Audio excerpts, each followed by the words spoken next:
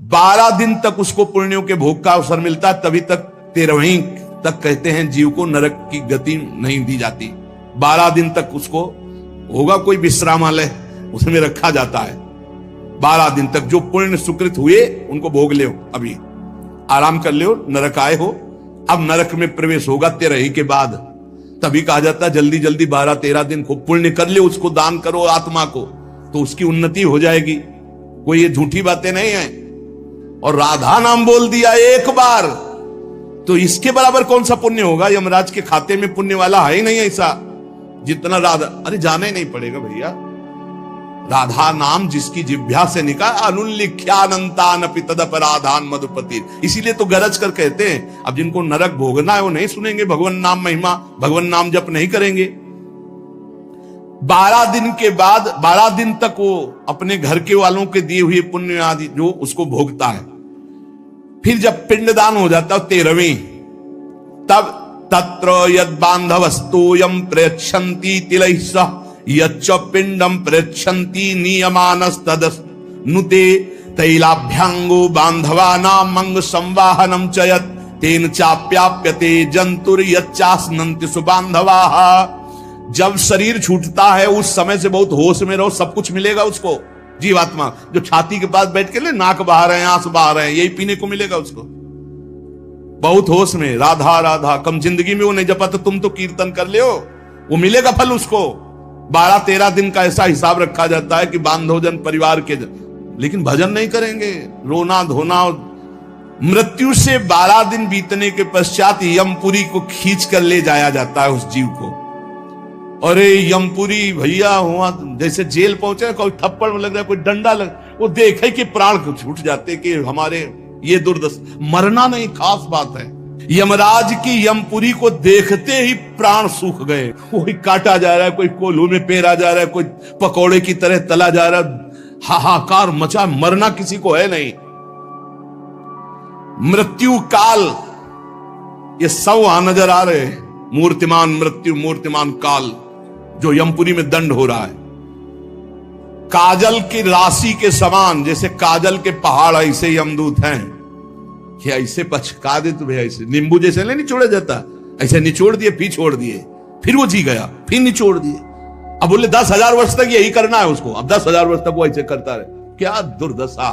तभी हरिवंश महाप्रभु कहते हैं, रस सिद्धांत का वर्णन जब करते हैं तो कहते हैं, जैसी हरिवंश नरक गति दुर्भरी, बहुत कठिन है नरक की गति। तभी कहते हैं नरक जाओगे होश में रहो, मतलब सबसे बड़ा दंड नरक का। लोग कहते हैं कि कहां नरक स्वर्ग है, किसने देखा है? तुम देख लोगे।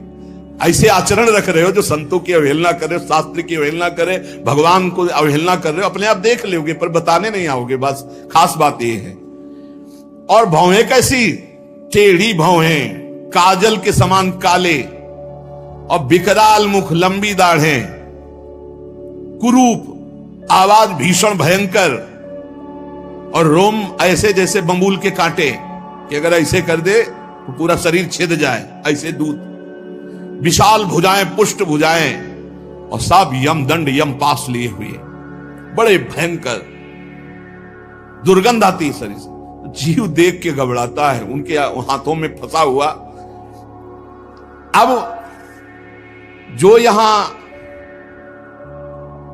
पराये पुरुष से रति करती है, अपने पति को धोखा देकर, जो अपनी पत्नी को धोखा देकर दूसरी पराई स्त्री से, पतिवंचक पर पति रति करई, रौरव नरक कल्प सत परई। ऐसे पुरुष को, ऐसे स्त्री को। रौरव का बड़ा भयानक स्वरूप है। रौरव नरक की लंबाई चौड़ाई 2000 योजन है। 1 योजन 4 कोश और 1 कोश 3 किलोमीटर। 2000 योजन कितना हुआ? 4 दूनी 8, 8000 कोश।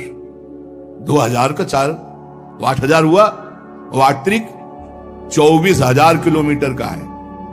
24,000 किलोमीटर, और गड्ढा रूप है जिसकी बहुत गहराई है। यह नरक बड़ा दुखदाई है।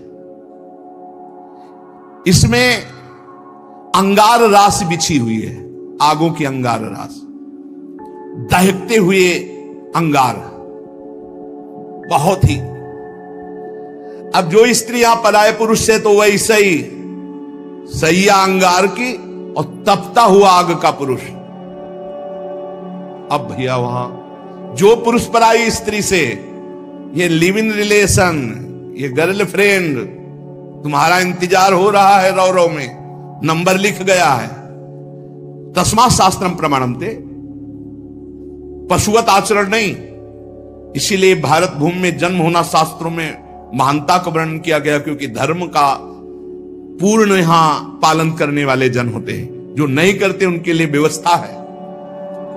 अब उसके भीतर यमराज उस दूत, यमराज के दूत उस पापी जीवात्मा को, अब वहां स्त्री पुरुष तो है नहीं, वो तो शरीर पहले ही छूट गया। अब यातना देह, जेल की वर्दी, यातना देह नरक की वर्दी, धधकती आग में वो जल रहा है, चीख रहा है, पग पग पर भुन भुन कर गिर रहा है, न मूर्छा न मरण, रात दिन चीखता रहता है, जलता रहता है। दौड़ना है 28,000 किलोमीटर, बस उसी में आनंद लीजिए। कितने दिन? बोले सहस्त्रों वर्ष, 1-2 वर्ष नहीं, सहस्त्रों वर्ष। ऐसे पापियों की शुद्धि नरक में की जाती है। फिर जब वहां से निकलते हैं तो कीड़े मकूड़े, पतंगे, हिंसक जीव, मच्छर, वृक्ष, ऐसी योनियों को प्राप्त होते हैं पापी जीव। या मनुष्य योनि में आए पाप बहुत नष्ट हो गए वहां, तो यहां कुबड़ा नाटा, बड़े घृणित शरीर वाले, जो अवशिष्ट पाप बचते हैं थोड़े। आप कहोगे नरक भोगने के बाद भी अवशिष्ट बचे? कि हां, जैसे यहां किसी को सजा दी जाती, 20 साल की सजा और 1 लाख रुपया जुर्माना। अरे जब जेल ही दे दी तो जुर्माना का? बोले नहीं, जुर्माना है। तो जो जुर्माना हुआ उसका ये दंड है मृत्यु लोक में, समझ लो। यदि लोग प्रश्न कर देते, हमें समझ में नहीं आता, जब नरक भोग लिया तो फिर यहां क्यों भोगना पड़ता है? तो तुम्हारी समझ में नहीं आता, जब 20 साल की सजा दे दी, 1 लाख जुर्माना रख दिया, वो जुर्माना ये मनुष्य से भजन कर ले हो, नहीं तुम्हारी दलीलें काम नहीं आएंगी।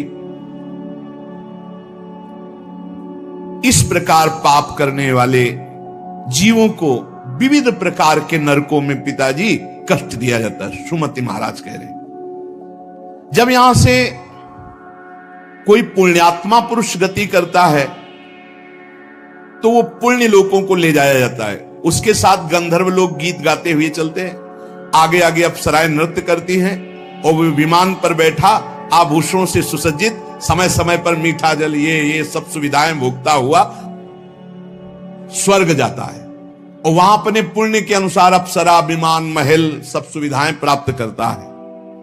पर वहां भी जलता रहता है, क्योंकि उसके दिमाग में एक माला पहनाई जाती है उसके शरीर में। उसको बता दिया जाता है, जिस दिन ये माला कुम्हला गई, यहां खोपड़ी के बल से नीचे फेंक दिए जाओगे, मृत्यु लोके विसंति। अब वो रोज माला देखकर जलता रहता है कि माला कभी, और जहां कुम्हलाना शुरू हुई तो भयंकर पीड़ा, ये सब छूट जाएगा। अप्सरा, महल, बड़ी सुख सुविधा में आ सकती, और वो सब छूट जाएगी। अच्छा, ये दुख, और दूसरा एक दुख, बगल में दूसरी अप्सरा वाला निकला विमान, जो उससे कई गुना सुंदर, कई, अब वो जल रहा है, उसको शांति नहीं। महाराज जी का ऐसे ही वीडियो देखने के लिए आप प्रेम ज्योति चैनल को सब्सक्राइब अवश्य करिए।